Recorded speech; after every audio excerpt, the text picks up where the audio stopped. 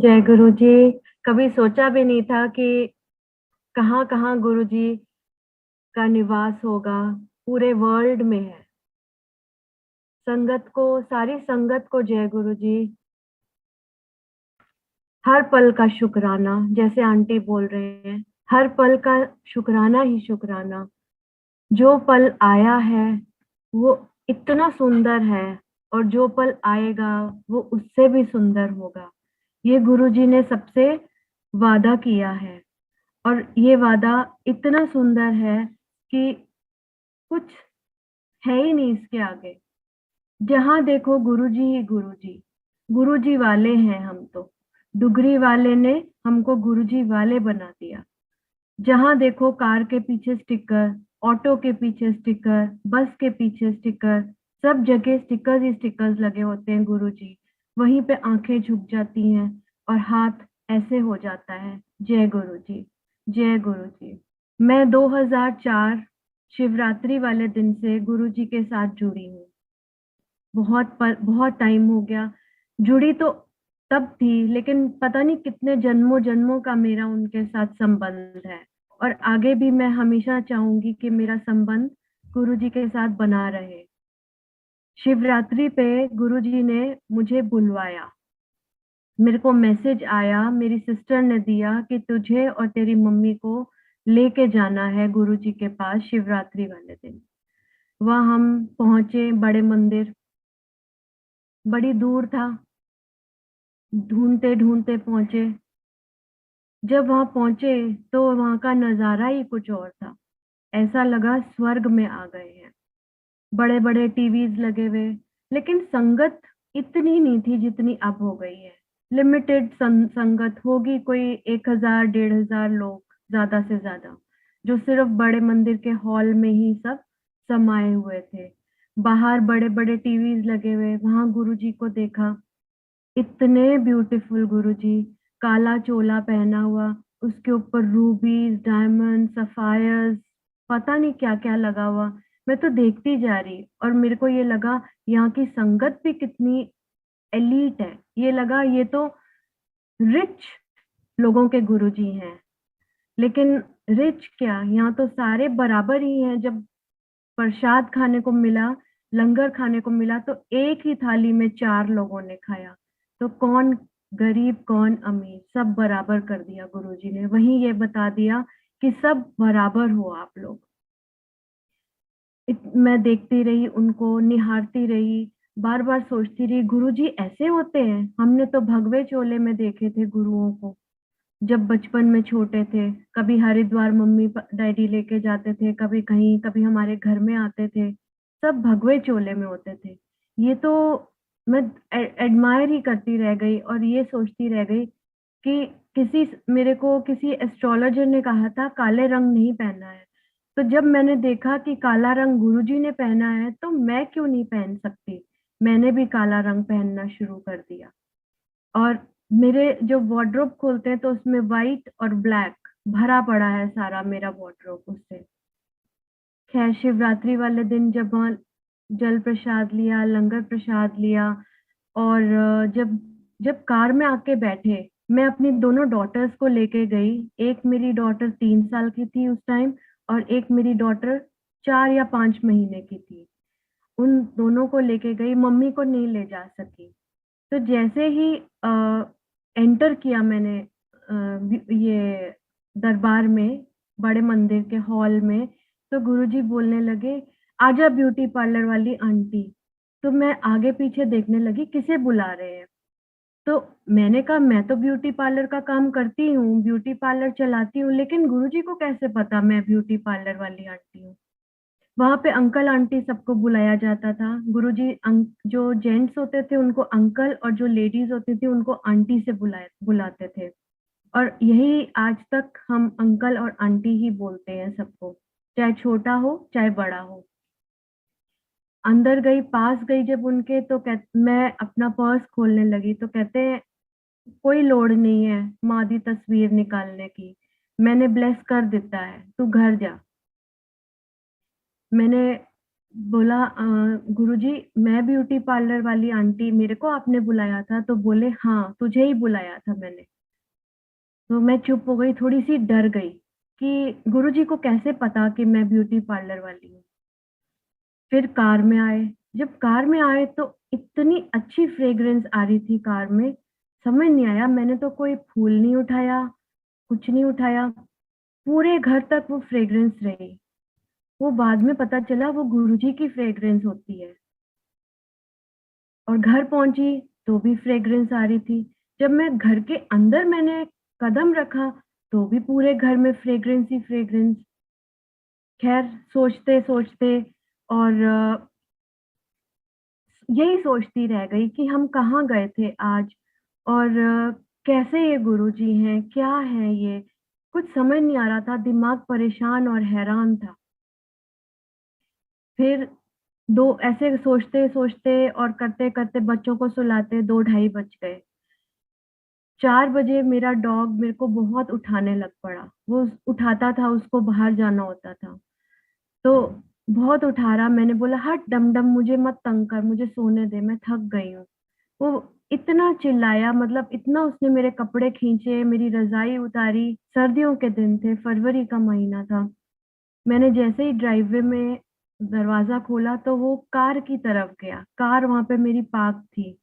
तो कार के ऊपर ऐसे पंजे करने लगा, ऐसे-ऐसे करके। तो मैं कार के अंदर मैंने झाँका तो देखा गुरुजी कार के अंदर बैठे हुए। मैं इतना डर गई और मैंने ये बोला, "गुरुजी आप यहाँ कैसे आए? मैंने तो गेट को ताला लगाया हुआ है।" तो वो बोले, "गुरुओं ਨੂੰ कोई तालियां दी लोड़ नहीं होंदी।" मैं फिर घबराई। मैंने बोला, "तो आप कार में क्यों बैठे हो? आपको अगर तालों की लोड़ नहीं है तो आप अंदर आओ।" कहते, "मैं अंदर तो चक्कर मार आया। माँ नहीं ना आई थी, उन्हें ब्लेस करन आया सी।" मैं और घबराई।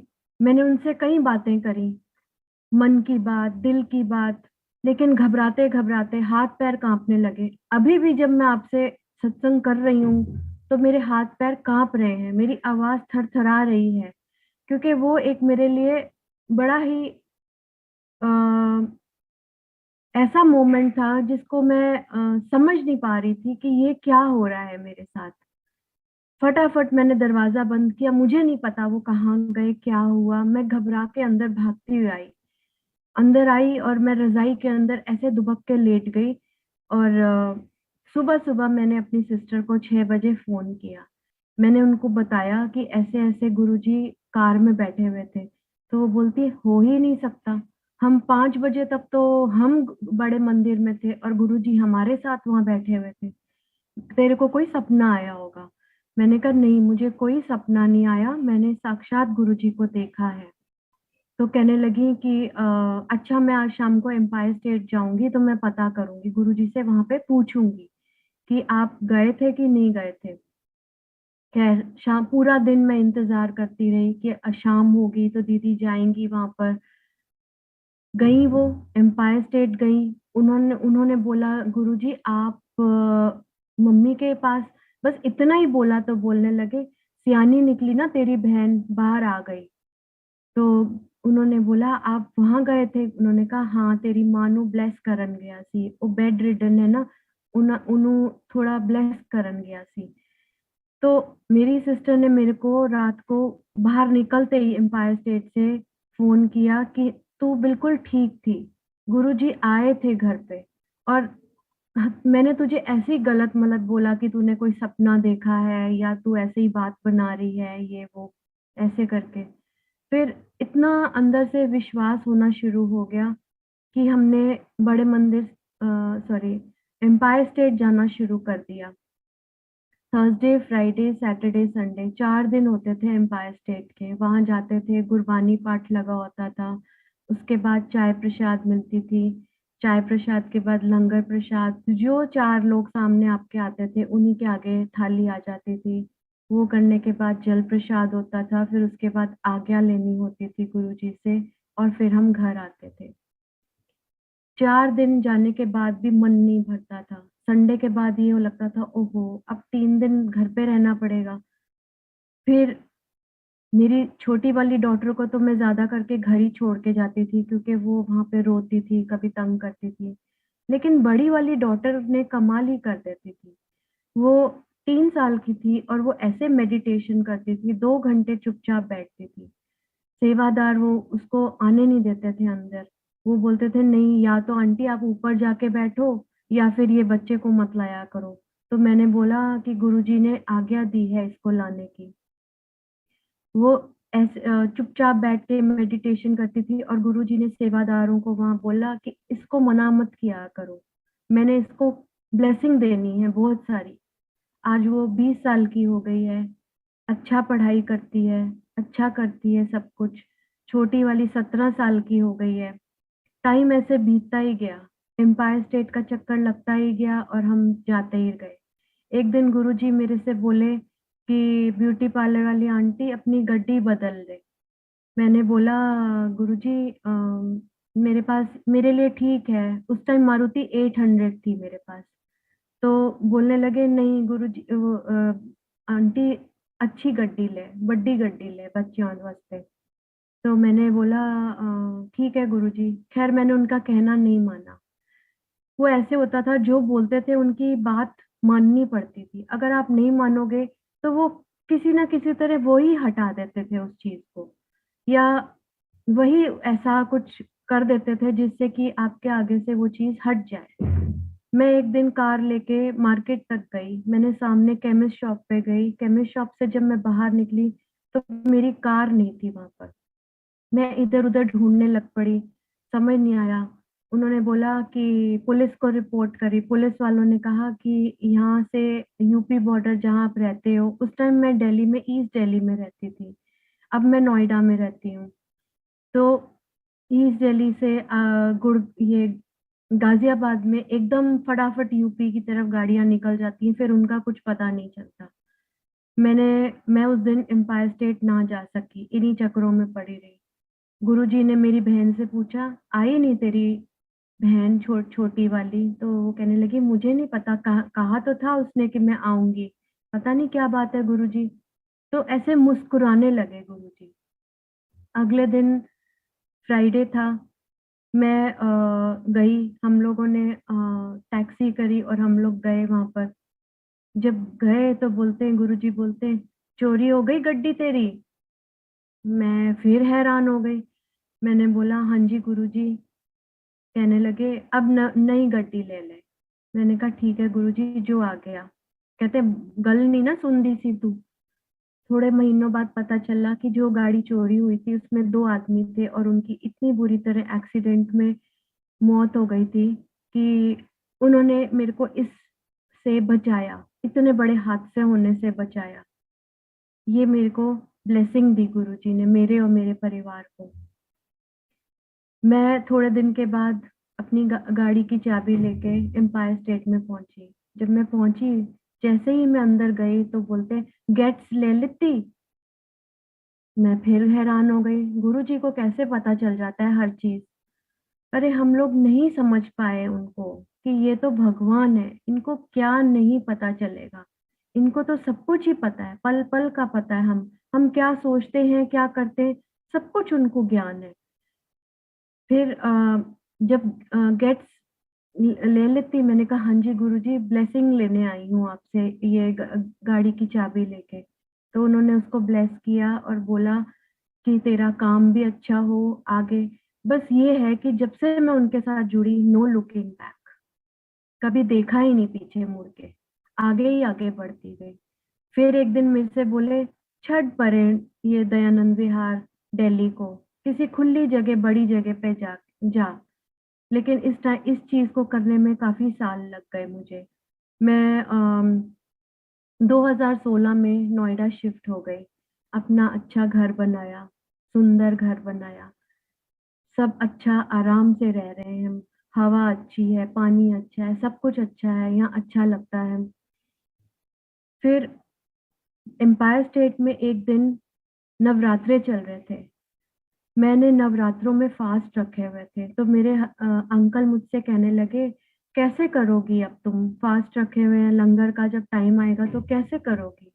मैंने बोला कि मैं चुपचाप बाहर चली जाऊंगी और मैं लंगर नहीं करूंगी, क्योंकि मेरे फिर फास्ट सारे टूट जाते हैं। मैं छोटी सी बचपन से 10-12 साल की थी तब से सारे नवरात्रे रखती थी। जब आज्ञा लेने के लिए आए गुरुजी के पास, तो गुरुजी ने बोला, आज लंगर नहीं कीता ब्यूटी पार्लर वाली आंटी। मैंने बोला, गुरुजी आज तो मेरा फास्ट है नवरात्रों का। कहते ये फास्ट फूस्ट कुछ नहीं रखने मेरे पास आने के लिए, लंगर करो और ब्लेसिंग ले जाओ। मेरे को वहां पे एक थाल भरा पड़ा था लड्डू लड्डू प्रसाद का। उन्होंने लड्डू मेरे इतना सारा मुट्ठी भर के दिया, मैंने ऐसे करके लड्डू लिए और 2 बार 3 बार उसमें भरते गए। इतना सारा भर गया कि मैं ऐसे करके उसको खाने लगी। एक बार प्रसाद लेके हाथ धो के जब अंदर आई तो गुरुजी ने फिर से मेरे को उतना ही और प्रसाद दिया। मैं थोड़ी सी हैरान हो रही थी, अरे इतना प्रसाद कौन खाएगा, इतना सारा लड्डू मैं कैसे खाऊंगी। लेकिन मैंने खाया। 2-3 दिन के बाद लंगर प्रसाद में मिर्च का अचार आया। मेरे सामने मेनका गांधी बैठी हुई थी उस टाइम। तो ना उन्होंने खाया ना मैंने खाया, जो हमारे साथ जो और लोग लंगर कर रहे थे उन्होंने सारा खाया। तो गुरुजी बोलने लगे, की गल है, दोनों ही नहीं मिर्चा खांदी पे हो। मैंने बोला, गुरुजी बहुत एसिडिटी की प्रॉब्लम है, मैं मिर्च नहीं खा सकती। तो बोलते, अच्छा आज तो खिला के ही भेजूंगा। मेनका गांधी से पूछा, उन्होंने भी यही जवाब दिया कि मिर्च नहीं खा सकती, एसिडिटी हो जाती है।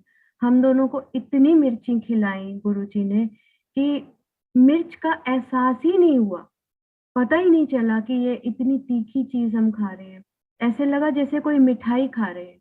और उस दिन के बाद आज का दिन है, मुझे एसिडिटी की कभी प्रॉब्लम हुई नहीं, बिल्कुल ही नहीं हुई। हम हम जो सोचते हैं वो गुरुजी को पहले ही पता चल जाता है। गुरुजी ने देखा एसिडिटी की प्रॉब्लम है, इसकी एसिडिटी प्रॉब्लम कैसे दूर करनी है। एक दिन मैं ऐसे ही बैठी हुई वहां पे सोच रही, गुरुजी इतने हेवी हेवी चोलास पहन के बैठते हैं, ये सारा दिन भर में कैसे बैठते होंगे, क्या कैसे सारा डे स्पेंड करते होंगे अपना। ये मैं सोच रही वहां पे बैठे हुए, पता नहीं ऐसे ही ख्याल आया।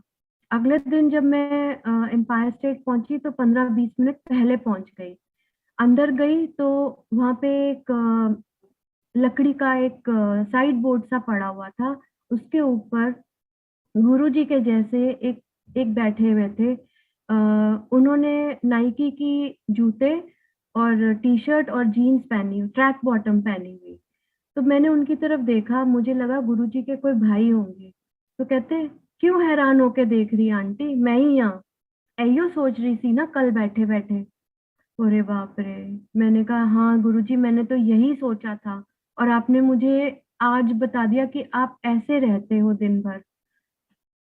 वहां पे सोचने से भी उस दिन के बाद डर लगने लग पड़ा कि कुछ गलत ना सोच बैठूं, कुछ ये ना हो जाए कि कुछ ऐसा हो जाए कि कुछ उल्टा मैं सोचूं, क्योंकि इंसान की फितरत ऐसी होती है कि कुछ भी सोचता है अच्छी जगह जाके भी, और समझ नहीं आता कि हम क्या सोच रहे हैं। मेरे अंकल को न्यू लाइफ दी गुरुजी ने। 2007 में मेरे हस्बैंड मानेसर गुड़गांव से आगे जगह में काम करते थे, जॉब करते थे। और उनकी काफी दिन से रोज रात को वहाँ 12 बजे चलते थे और 2 बजे घर पहुंचते थे। तो जब चलते थे तो मुझे फोन करते थे कि मैं चल रहा हूँ यहाँ से, तो मुझे अंदाजा होता था कि 2 घंटे लगेंगे पहुंचने में। 20 फरवरी 2007 ये दिन था जब रात को वो मुझे फोन आता है 2 बजे कि लाल रंग की गेट्स है और ये नंबर है, क्या ये आपकी कार है। तो मैंने बोला, हाँ जी ये मेरी ही कार है। कहते हैं, ये इस कार का बहुत बुरी तरह से एक्सीडेंट हो गया। मैंने बोला, उसमें जो बैठे हुए अंकल, मेरी उनसे बात कराओ। तो उन्होंने कहा वो इस कंडीशन में नहीं है कि बात कर सके। मैंने कहा चलो आप उनके कान पे मेरा फोन लगा दो। मैंने पूछा, राजीव तुम्हारा एक्सीडेंट हुआ है। तो बोले हाँ। तो मेरे को उनकी आवाज से लगा हाँ। मैंने मेरे घर से 2 किलोमीटर की दूरी पे ही था जो एक्सीडेंट हुआ था। उस टाइम वहाँ पे मेट्रो की कंस्ट्रक्शन हो रही थी, मेट्रो रेल की लाइन चल रही थी। तो वहाँ पे एक ट्रेलर खड़ा था जिसके बाहर सरिये ही सरिये निकल रहे थे बाहर। वो उनको रात को अंधेरे में दिखे नहीं और कार उसके अंदर घुस गई। यहाँ से लेके यहाँ तक सरिया बाहर निकल गया। और जब मैं पहुंची वहां पे तो खूनो खून हुए पड़े थे वो। एक आदमी उनके साथ बैठा था जो गुरुजी का ही भेजा होगा ऑब्वियसली। वो बोलने लगा, दीदी आओ मैं आपके साथ चलता हूँ, मैं जहाँ हॉस्पिटल बोलोगे मैं आपके साथ चलता हूँ, क्योंकि आप ड्राइव करोगे तो मैं इनको पकड़ूंगा क्योंकि ये कंडीशन इनकी बहुत खराब है। मैं हमारे घर के साथ एक हॉस्पिटल था, दीपक हॉस्पिटल, वहां पे लेके आई। जब वहां लाई तो उन्होंने केस लेने से मना कर दिया, बोला ये तो पुलिस केस है, हम नहीं ले सकते। मैंने बोला मैं कहाँ जाऊं, इस टाइम 2 ढाई बज रहे हैं, कहाँ जाऊं? तो बोलने लगे हमें नहीं पता, आप किसी गवर्नमेंट हॉस्पिटल जाइए। मैंने वहाँ के डॉक्टर्स मुझे सब जानते थे। मैंने एक डॉक्टर को रात को फोन किया, मैंने बोला ऐसे ऐसे डॉक्टर साहब मैं रितु बोल रही हूँ और राजीव का एक्सीडेंट हो गया है बहुत बुरी तरह से, मैं लेके आई हूँ। तो ये लोग ले नहीं रहे हैं। तो उन्होंने बोला फोन पकड़ाओ मुझे रिसेप्शन पे। रिसेप्शन पे फोन दिया तो उन्होंने बोला एडमिट करो अर्जेंटली, और वो भी हॉस्पिटल पहुंच गए। जब उन्होंने देखा तो उन्होंने कहा ये मेरा सब्जेक्ट तो है नहीं, ये तो न्यूरो सर्जन का ही सब्जेक्ट है। तो पहले तो वहां पे डॉक्टर ने जो ऑन ड्यूटी थे उन्होंने एमआरआई कराई। जब एमआरआई कराई तो बोला, मुझे बताया कि इनके सर के 5 टुकड़े हो गए हैं। क्या होगा कुछ नहीं कह सकते। और धीरे धीरे वो बेहोशी की हालत में चले गए थे तब तक। मैंने गुरुजी को प्रेयर करी और मैंने गुरुजी से मांगा कि गुरुजी आप बोलते हो मांगो मत, मनो बस मैंने, बट अब मैं मांग रही हूँ, मेरे अंकल की न्यू लाइफ दे दो।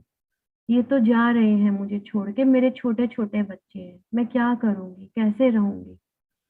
तो उन्होंने, मुझे अंदर से आवाज आई कि सब ठीक होगा, लेकिन डॉक्टर्स जो बोलते थे वो ये बोलते थे कि ये बहुत क्रिटिकल है, इनके चांसेस ही नहीं है सर्वाइवल के। मैंने अ, मैंने बहुत प्रेयर करी और सुबह सुबह मैसेज पहुंचाया गुरुजी को कि गुरुजी ऐसे ऐसे हो गया। गुरुजी का मुझे मैसेज आया कि डॉक्टर भेज दिया है और यहीं पे करा लो, और मैंने तेरे अंकल को न्यू लाइफ दे दी है। ये सुन के मुझे थोड़ा सा हुआ। मेरे को जिसने मेरे से बात करी फोन पे वो पूछने लगा डॉक्टर गोरा है कि काला है। तो मुझे बड़ा अजीब सा लगा, ये क्या क्वेश्चन है, गोरा है कि काला है? मैंने बोला बहुत गोरे हैं। वो ऐसे गोरे हैं जैसे वो बीमारी में गोरे नहीं हो जाते लोग, वैसे गोरे हैं। तो वो मेरे से आंटी बोलने लगी कि ये गुरुजी के भेजे हुए डॉक्टर हैं, इनको यहीं पे करा लो सर्जरी। तो मैंने कहा मैं तो सोच रही हूँ कहीं पे अपोलो या फिर मैक्स हॉस्पिटल में इनको शिफ्ट कराने का। तो वो बोलने लगे जब गुरुजी ने भेज ही दिए हैं तो फिर किस लिए? खैर, सर्जरी हुई। सर्जरी के बाद डॉक्टर ने तो जवाब दे दिया मुझे, कहने लगा मैंने अपना काम कर लिया, ऊपर वाले पे छोड़ो, कुछ नहीं मैं कह सकता। 48 hours are very very critical. तो मैंने फिर से प्रेयर करी, गुरुजी को बोला 48 आवर्स बहुत क्रिटिकल है गुरुजी, बचा लो। खैर, उन्होंने मुझे ये रिप्लाई आया गुरुजी का वहां से मुझे कि 1 महीने के बाद अंकल खुद कार चला के मेरे पास एम्पायर स्टेट आएंगे, ये मेरा वादा है तेरे से। ठीक यही हुआ। उसके बाद घर आए, बहुत तकलीफ में थे, बहुत ज्यादा तकलीफ थी। गुरुजी ने वहां से लोटा ब्लेस करके मेरे को भेजा, वो भिजवाया। और मैंने लोटे में जल, जैसे उन्होंने मेरे को इंस्ट्रक्शंस दी उसके अकॉर्डिंगली मैंने उनको जल देना शुरू किया। धीरे धीरे इम्प्रूवमेंट होना शुरू हुआ। जब इम्प्रूवमेंट हुई उसके बाद ठीक 20 मार्च को मेरे अंकल खुद ड्राइव करके गुरुजी के वहां गए। जब हम एम्पायर स्टेट पहुंचे तो गुरुजी बोलते हैं ओ आ गए न्यू लाइफ वाले बंदे, उन उन लोगों ਨੂੰ ਦੱਸੋ कैसे कैसे मैंने आपको न्यू लाइफ दी है। मेरा रोना छूट गया। मैं इतना रोई खुशी के मारे कि मैं बता नहीं सकती। मैंने बोला गुरुजी थैंक यू सो मच, मेरे पास कोई वर्ड्स ही नहीं है, सिर्फ आपका शुक्राना ही कर सकती हूँ मैं तो गुरुजी ने बोला अब बंदे बन के रहो दोनों, मतलब अच्छे से एक दूसरे की सेवा करो, ध्यान रखो एक दूसरे का। गुरुजी ने बोला मेरे अंकल को, देख तेरी आंटी ने कितनी तेरी सेवा करी है, हुन तू लाइफ भर इसकी सेवा करनी है। और ठीक ठाक ऐसे ही चल रहा है, घर पे सब मेरा ध्यान रखते हैं, सब कुछ सही सही चल रहा है, सब कुछ ठीक होता है। जब मेरी बेटी छोटी सी, जब 3 साल की एम्पायर स्टेट जाती थी, तो वहां पर उसके हाथों और पैरों में उसको एक स्किन डिजीज थी, सोराइसिस। उसकी सारी पट्टियां बंधी होती थी। तो गुरुजी ने उससे पूछा, ए कमली की होया है तेरे हत्थां नू, पैरां नू? तो उसको समझ नहीं आई ये पंजाबी में क्या बोल रहे हैं। तो मैंने बोला गुरुजी ये इसके हाथों पैरों में सोराइसिस है, स्किन प्रॉब्लम है। तो उन्होंने पैरों की तरफ नहीं देखा, हाथों की तरफ देख के ऐसे किया, ऐसे मतलब ये उनका आशीर्वाद देने का ढंग था। तो जब ऐसे किया तो उस दिन से लेके आज तक उसको सोराइसिस नहीं हुआ, ना पैरों में ना हाथों में। ये एक और ब्लेसिंग है उनकी। फिर मेरी सिस्टर के घर पे गुरुजी ने बोला कि नई संगत इकट्ठी करो और सबको मैं आऊंगा, सत्संग करेंगे, नई संगत बुलाओ और वहां पे मम्मी और ब्यूटी पार्लर वाली आंटी को भी बुलाना। उन्होंने मुझे ये बोला, मैंने बोला मैं दीदी ट्राई करूंगी मम्मी को लेके आने की, लेकिन मैं कुछ कह नहीं सकती, उनको क्लॉस्ट्रोफोबिया है, वो तो कार में भी नहीं बैठ सकते हैं, तो मैं ट्राई करूंगी। खैर मैं लेके बड़ी मुश्किल से उनको गई वहां पर। 10 बज गए वहां पहुंचते पहुंचते, रास्ते में इतना ट्रैफिक जैम, इतना ट्रैफिक जैम, 3.5 पौने 4 घंटे लग गए हमको पहुंचने में। तो गुरुजी अंदर थे, कमरे में बैठे थे, संगत बाहर थी। तो बोलने लगे जा बहन और मानू ले आ। तो दीदी बोलने लगी इस टाइम थोड़ी आएंगे गुरुजी, ये तो देर हो गई, अब तो 10 बज गए। तो कहने लगे जा ना तू लेके आ। तो जब वो बाहर निकल के आई तो हम लोग सामने खड़े थे। मम्मी में इतनी हिम्मत नहीं थी, ताकत नहीं थी कि वो गुरुजी के पास जा सके। वो पहला कमरा जो उन्होंने देखा वहां बच्चों का कमरा था, उसी में लेट गए जाके। वहां लेटे, गुरुजी वहां पे आए, गुरुजी खड़े हुए, मम्मी लेटी हुई। बड़ा अजीब सा दृश्य मुझे लग रहा था। लेकिन मैंने ये बोला कि मम्मी उठो, गुरुजी आए हैं देखो। तो गुरुजी ने उनको ब्लेसिंग दी। जितने टाइम भी वो आगे जो उनका सरवाइव किया, वो बेटर थे, थोड़े थोड़े अपने काम कर सक पा रहे थे, चल पा रहे थे। नहीं तो उनको खिलाना, नहलाना, चलाना, सब कुछ सब कुछ करना पड़ता था। मतलब कोई ऐसा नहीं था, दिन नहीं होता था जब ये ना करना पड़े। उनको पता नहीं चलता था कि क्या कर रहे हैं, वो होश में नहीं होते थे, वो डिप्रेशन में थे। लेकिन इतने बेटर हो गए कि अ, अपना खाना खुद शुरू कर दिया और बाथरूम जाना खुद शुरू कर दिया। और इतने अलर्ट हो गए कि कौन आ रहा है, कौन जा रहा है, कहाँ मैं जा रही हूँ, कहाँ मैं आ रही हूँ, ये सब वो ज्ञान रखने लग पड़े। तो ये काफी इम्प्रूवमेंट थी मम्मी में, जो गुरुजी की ब्लेसिंग से मिली। मेरी एक कजन है, उनका बेटा बहुत बीमार था। एक 6 महीने हो गए थे, हॉस्पिटल में एडमिट था, लिवर खराब हो गया था उसका। डॉक्टरों ने बोला कि ये तो लिवर ट्रांसप्लांट करना पड़ेगा। कुछ भी नहीं खा पाता था, कुछ पी भी नहीं पाता था, जो भी होता था सब बाहर निकल जाता था।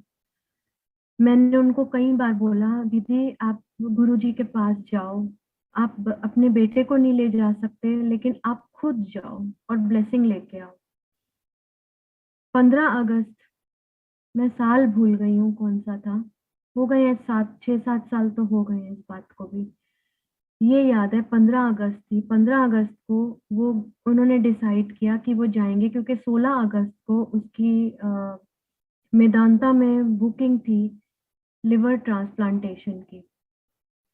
जब वो 15 को जब जा रहे थे बड़े मंदिर, तो उनका बेटा जो चल भी नहीं पाता था, वो 2 मंजिल नीचे उतर के आ गया और बोलने लगा, मैं भी जाऊँगा गुरुजी के बड़े मंदिर। मुझे देखना है वहाँ क्या होता है। मैंने इतना दी ऋतु दी से सुना है उनके बारे में, मुझे भी देखना है। तो उन्होंने कहा चल बैठ। कहता है देखा जाएगा जो होगा। मरना तो एक दिन है मुझे। अब ऐसे मरूँ तो इससे बेटर है मैं गुरुजी के दर्शन करके मरूँ। तो उसकी माँ रोने लग पड़ी। बोलने लगी ऐसे नहीं बोल बेटा। वो गए वहाँ पर, उसने वहाँ लंगर किया और खूब मिर्ची थी, बड़ा मुश्किल से उसने वो लंगर किया, चाय प्रसाद ली, जल प्रसाद लिया, सब कुछ लिया। घर आए, काफ़ी लेट हो गए। सब उसके भाई-भाभी भी लेके गए थे उसके साथ, पूरा परिवार गया था, 7 लोग गए थे। घर आए तो उसने उल्टी करी जो पूरी खून से भरी हुई थी। मतलब इतना क्रिटिकल चीज़ें हो गई उसके साथ। उनको इतनी इमरजेंसी में जो 16 को जाना था, वो 15 रात को ही मेदांता उसको एडमिट कराने के लिए ले गए। जब अगले दिन उसका जब लिवर ट्रांसप्लांटेशन के लिए जब उसके टेस्ट हुए, तो डॉक्टर्स कहते हैं आपका तो लिवर नॉर्मल है, आपके तो लिवर में कोई प्रॉब्लम ही नहीं है। तो सब लोग बड़े हैरान होने लग पड़े, ये कैसे हो सकता है? उन्होंने पूरे अपने वीडियोज़ दिखाए, सारी एक्स-रेज़ दिखाई, एमआरआईज़ दिखाई, तो बोलने लगे कुछ है ही नहीं इसमें, आप जाइए घर, ऑल द बेस्ट। वहीं से मुझे फ़ोन आया अ, "रितु दीदी मैं तो ठीक हूँ, मेरे को कुछ भी नहीं है, मेरी सर्जरी नहीं हो रही।" मैंने बोला, "जय गुरुजी, आपने सारे उसके कर्म काट दिए, जो उसकी प्रॉब्लम्स थी, वो लंगर करवा के, लंगर प्रसाद करवा के आपने वो उसको खून की उल्टी करवा के सारा उसका अंदर से गंध निकाल दिया। जय गुरुजी करा और मैं उन्होंने उसके बाद लंगर किया घर में सत्संग किया, लंगर प्रसाद किया, सब कुछ किया। वो पहली बार किया था, उनको सब आता भी नहीं था ये करना। फिर उसके बाद वो वहाँ से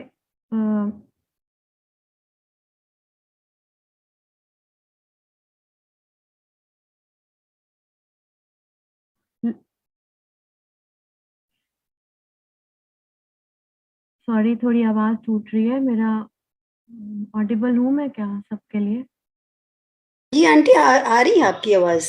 हाँ, अच्छा मुझे ऐसे लगा था कि टूट रही है आवाज़ नहीं मेरी। नहीं, आ रही। फिर लंगर उन्होंने अपने घर में सत्संग कराया और जो बेटा था उनका जिसको जो बीमार था वो वहाँ पे सेवा करता है पार्किंग में और जो उसकी वाइफ है वो झूले पे उसकी सेवा होती है।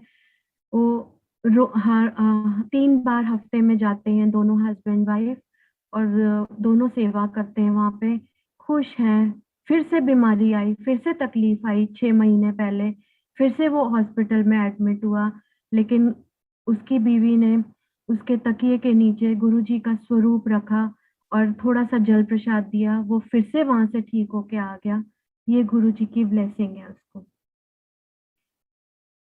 6 महीने पहले मेरा रूटीन ब्लड टेस्ट हुए, जो मेरे को थायरॉइड की प्रॉब्लम है, मैंने वो कराए तो डॉक्टर ने मेरे सारे टेस्ट करवा दिए। भई एज बड़ी हो रही है तो सब टेस्ट कराने चाहिए। हाँ, करवाए। उसमें मेरा शुगर लेवल जो था वो बॉर्डर लाइन से थोड़ा-सा ऊपर आया। तो डॉक्टर ने बोला कि आपको तो मेडिसिन पे डालना पड़ेगा। मैंने कहा नहीं डॉक्टर साहब ये तो ज़िंदगी भर का मेरा हो जाएगा, मैं ये सब इसको अवॉइड करना चाहती हूँ। तो उन्होंने कहा फिर अपनी डाइट को इम्प्रूव करो, मीठा खाना छोड़ दो और डाइट इम्प्रूव करो। मैंने ये सब छोड़ा लेकिन कुछ स्ट्रेस हो रखा था ये लॉकडाउन में, तो स्ट्रेस के कारण मेरा जो शुगर लेवल था बहुत हाई हो गया और 15 दिन के बाद जब चेक करा तो 200 कुछ निकला। तो उन्होंने बोला कि अब तो आपको मेडिसिन्स खानी ही पड़ेंगी। जिस दिन मेडिसिन स्टार्ट करी, उसी दिन मैं एक सत्संग में गई। हमारे पास नोएडा में ही लांबा आंटी हैं, उनके घर में सत्संग होता है। मैं वहाँ पे गई, उस दिन अंकल का बर्थडे था। उन्होंने हलवा प्रसाद, पेठे का प्रसाद और पेस्ट्री 3 चीज़ें मीठी डाल दी। मैं समझ नहीं आ रही थी मुझे, मैं क्या खाऊँ और क्या छोड़ूँ, क्या घर ले जाऊँ? घर तो मैं कभी कुछ लाती नहीं हूँ। लेकिन समझ नहीं आ रही थी इसमें से क्या करूँ? इधर-उधर देख रही थी, सम फिर मैंने कहा गुरुजी ने मेरे को मिर्चें भी खिलाई थी ना, अब शायद मेरी शुगर भी ठीक करेंगे, ऐसा मेरे मन में विचार आया। मैंने सब कुछ खा लिया। एक हफ्ते के बाद मैंने शुगर चेक करी तो मेरी 120 विदाउट मेडिसिन। मैंने बस एक दिन मेडिसिन खाई थी, उसके बाद मैंने कुछ नहीं खाई। मैंने बस गुरुजी के आगे मैं प्रेयर करती थी, गुरुजी मेरी शुगर को मत बढ़ने देना, थायराइड पहले है, ये हो गया तो मैं क्या करूंगी, बच्चे छोटे हैं अभी। खैर उन्होंने मेरे को इससे भी मुक्त करा। 3 साल पहले मेरा कुछ इनकम टैक्स में मैटर फंस गया, कुछ अपनी बेवकूफियां कर ली, कुछ गलती हो गई मुझसे। उसमें इतनी बुरी तरह फंसी कि मेरे को मेरा सीए बोलने लगा, ये तो आप फंसे हो, जबरदस्त फंसे हो, लंबा चक्कर डलेगा। मैं गुरुजी के आगे रोज अरदास करने लगी, गुरुजी हर पल शुक्राना है, लेकिन मेरे को इसमें से निकाल दो।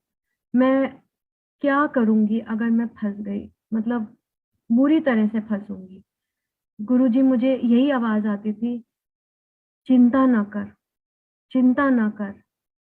और ऐसे मैं आंख बंद करती थी तो ऐसे हाथ का इशारा आता था मुझे, कभी पिंक चोले में, कभी वाइट चोले में, कभी ब्लू चोले में, कभी ब्लैक चोले में, अलग अलग चोले में मेरे पास ये हाथ आता था जब मैं आंख बंद करती थी। खैर मेरा मैटर निकल गया, जो जो इम्पॉसिबल चीज थी वो पॉसिबल हो गई। मेरी मेड है, वो मेरे पास 16-17 साल से मेरे घर में ही रहती है। उसका बच्चा होने वाला था तो साथ में उसको स्टोन हो गया किडनी में। बड़ी तकलीफ, पेन, इतनी जबरदस्त पेन होती थी। हम उसको कभी रात को 2 बजे, कभी 3 बजे, कभी इंजेक्शंस लगवाने भागते थे कि ये तो बड़ा बुरा हाल है। 1 महीना उसने तड़प तड़प के निकाला, दर्द के मारे। दवाइयां खा नहीं सकती थी, इंजेक्शंस लगवा सकती थी बट वो भी एक लिमिटेड थी।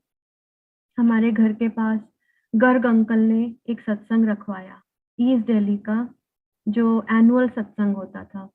वो ज्यादा करके वो दिन में होता था, उस बार पहली बार वो रात को हुआ। वहां मैं जाने लगी तो मैंने उसको बोला, बेटा अंदर से कुंडी लगा ले, मैं जा रही हूँ सत्संग में, तो मैं तेरे लिए जल प्रसाद वहां से लेके आऊंगी। तो बोलने लगी, दीदी मुझे भी ले चलो, मैं लंगर प्रसाद भी करूंगी वहां पे। वो क्रिश्चियन है, वो इन चीजों को मानती नहीं है, गुरु जी को मानती नहीं थी, करेक्ट मैं कर रही हूँ।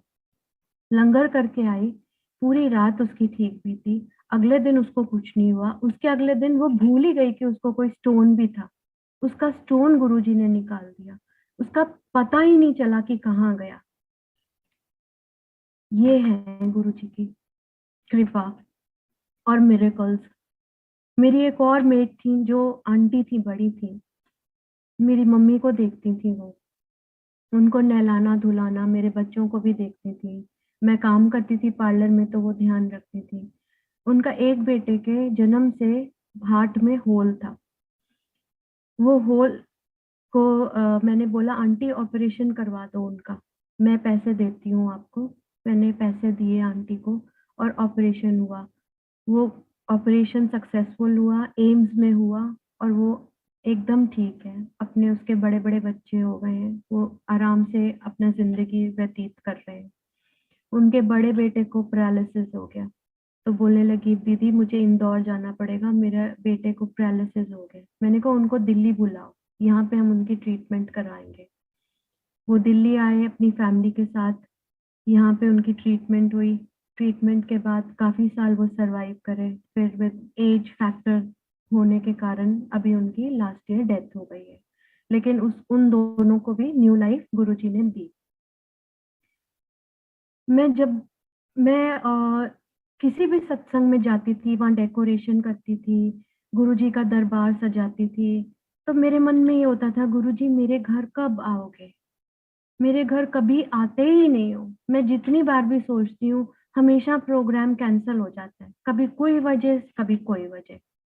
मैं तरसती थी, तरसते हुए आंखों से देखती थी, जैसे मैं एनवी करती थी लोगों से कि इनके घर इतनी बार हो चुका है, मेरे घर एक बार भी नहीं।